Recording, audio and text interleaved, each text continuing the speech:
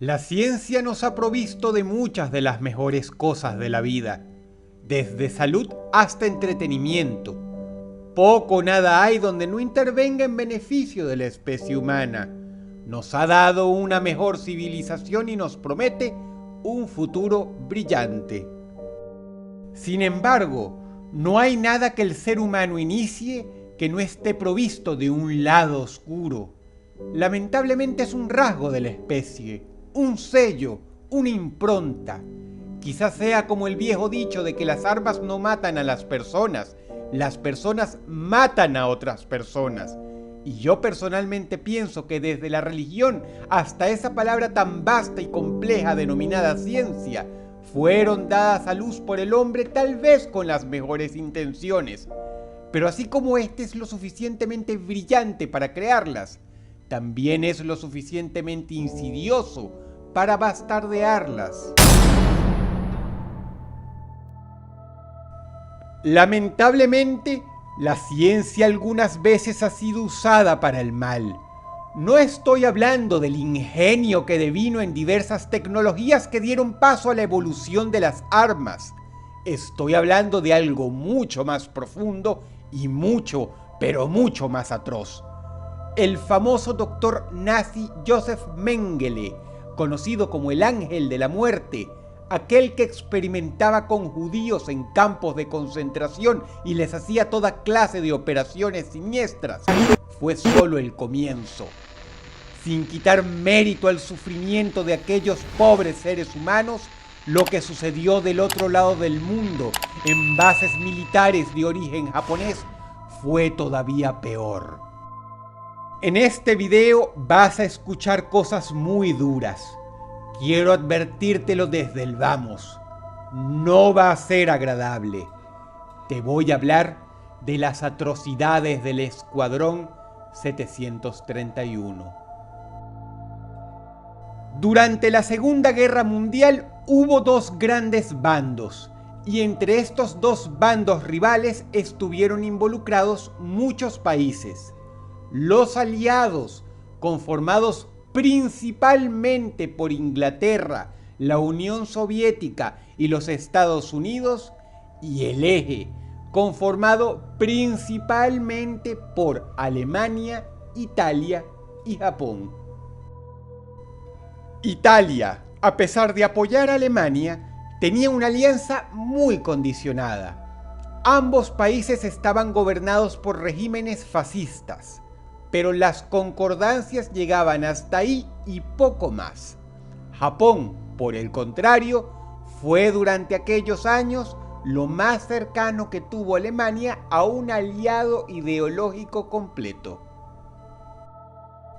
La junta militar japonesa que gobernaba el país tras la fachada del emperador Hirohito compartía los ideales nazis de cabo a rabo, como que por ejemplo había razas superiores a otras. Los alemanes respaldaban el ideal ario por sobre todas las otras culturas occidentales, mientras que los japoneses, por ponerlo en términos sumamente delicados y no demasiado ofensivos en la medida que me es posible, consideraban a sus vecinos asiáticos como gente de sangre sucia, que no estaban a la altura racial del país del sol naciente. Bajo el resguardo de esa ideología, se forma el Escuadrón 731 en la ciudad de Harbin, en China, que en aquel entonces estaba ocupada por el ejército japonés, quien, en paralelo con la Gran Guerra liberada en Europa, ocupaban cada vez más territorios en el coloso asiático. El ejército japonés era por mucho muy superior al chino.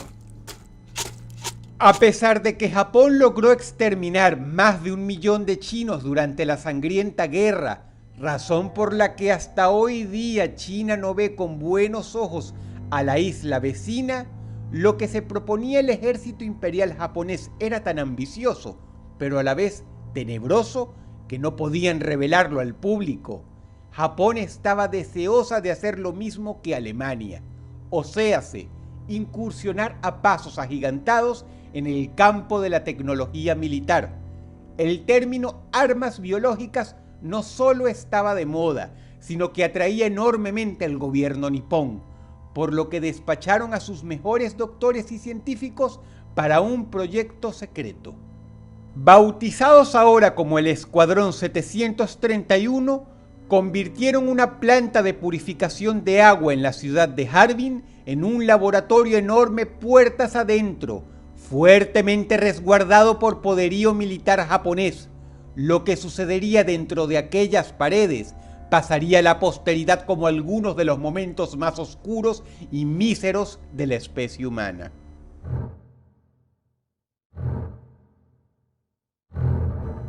El Escuadrón 731 conseguía ganado para sus experimentos. Ganado humano. ¿Cómo? Simple. Prisioneros de guerra, tanto civiles como militares, de origen chino, mongol o ruso.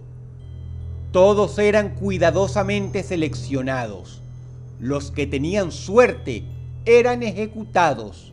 Los que sufrieron la desgracia de entrar en las instalaciones del Escuadrón 731 vivirían calvarios que están más allá de la imaginación.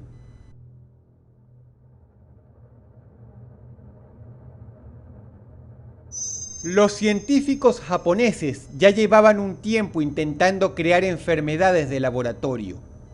Los primeros intentos, debido a la época, fueron muy básicos. Experimentaban con variaciones de sífilis, lepra y otras enfermedades degenerativas conocidas, las cuales inoculaban a algunos conejillos de India humanos a quienes encerraban en calabozos con paredes de vidrio para estudiar cuidadosamente los efectos. A algunos se les dejaba morir, mientras los doctores llevaban cuenta de qué tan efectiva y agresiva había sido la enfermedad. A otros, sin embargo, se les llevaba por la fuerza a quirófanos. Ahí se les amarraba y se les abría el estómago para removerles los órganos uno a uno. ¿Por qué les hacían esto estando vivos? ¿Por qué no los ejecutaban primero? Simple. Los doctores no querían correr el riesgo de que la descomposición afectara los resultados. Aparte, mantenerlos vivos durante estas intervenciones les permitía estudiar otros efectos. Y hay una cosa muy importante que debes saber.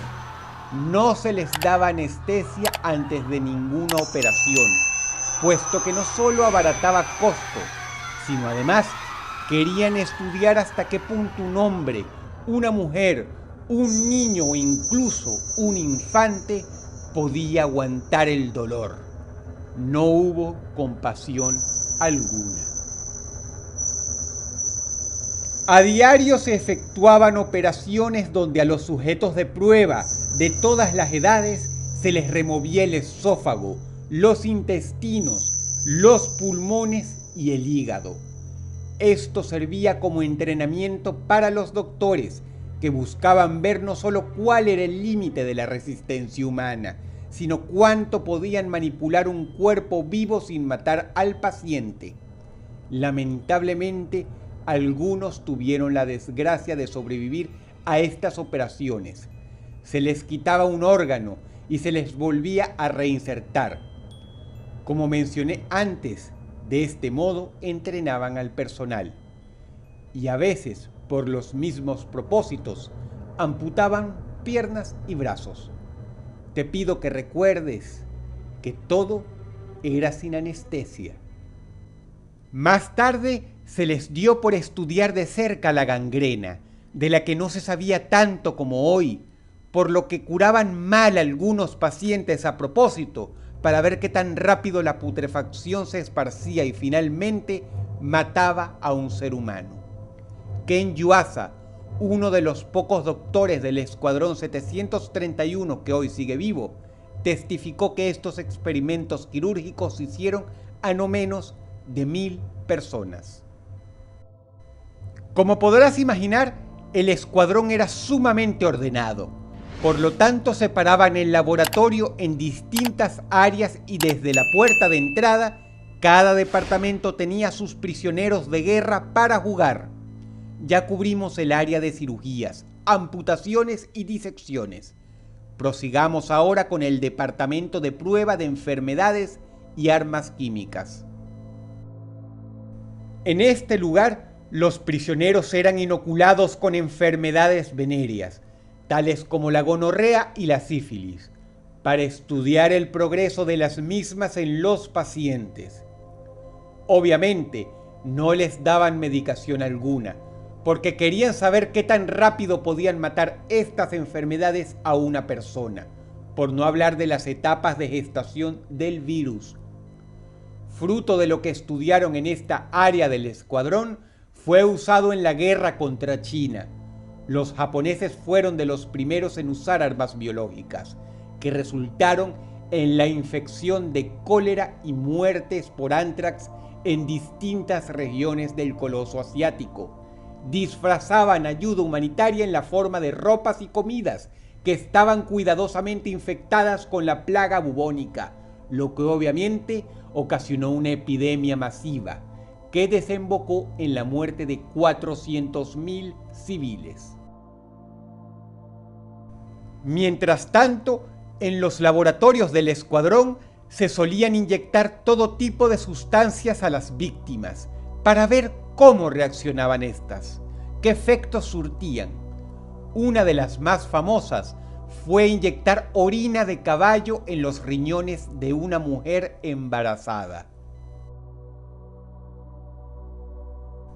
A pesar de que el departamento de armas biológicas fue de los más temidos y aterrorizantes de toda la unidad, no se puede dejar de mencionar el laboratorio de pruebas de armamentos.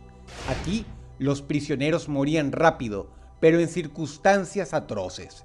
Se amarraban personas a palos o se encadenaban a paredes y se les arrojaban granadas de manufactura japonesa, nada más para probar la efectividad de las mismas. Sin embargo, no solo probaron granadas en seres humanos, también hicieron tests con otro tipo de armamentos, como por ejemplo bombas y lanzallamas. Había un departamento misceláneo, en donde se hacían otro tipo de experimentos cuyo fruto arrojaban datos interesantes para estas personas, como por ejemplo, qué tanto podía soportar un ser humano temperaturas extremas antes de que su cuerpo se rindiera. ¿Qué pasa si a un ser humano le haces una transfusión de sangre de animal? ¿Qué pasa si se somete a una persona a dosis letales de rayos X? ¿Qué tanto puede estar enterrado un individuo bajo tierra antes de sofocarse? O si la transfusión de agua de mar en el torrente sanguíneo de un hombre podía ser un sustituto para la solución salina que comúnmente se usa en los hospitales.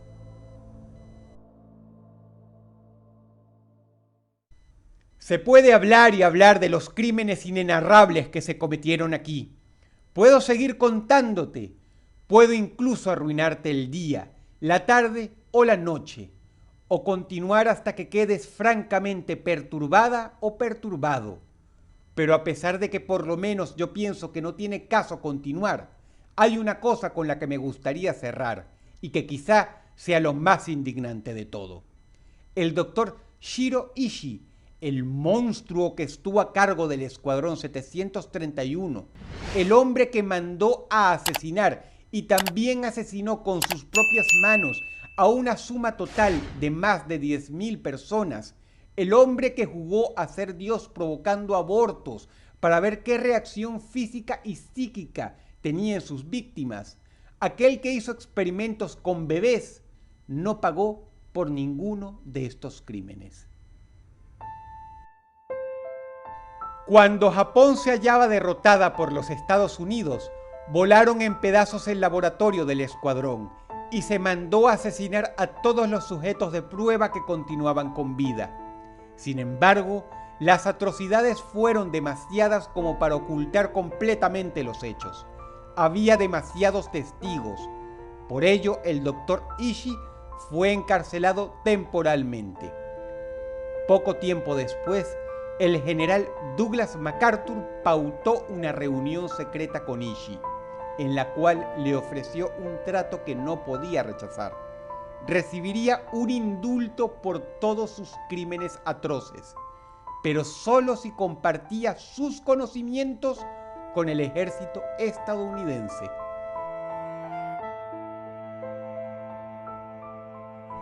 Tristemente, pueden decirse los peores y más profundos epítetos de desprecio por este hombre en nuestra y cualquier otra lengua, y seguramente nos quedaríamos cortos.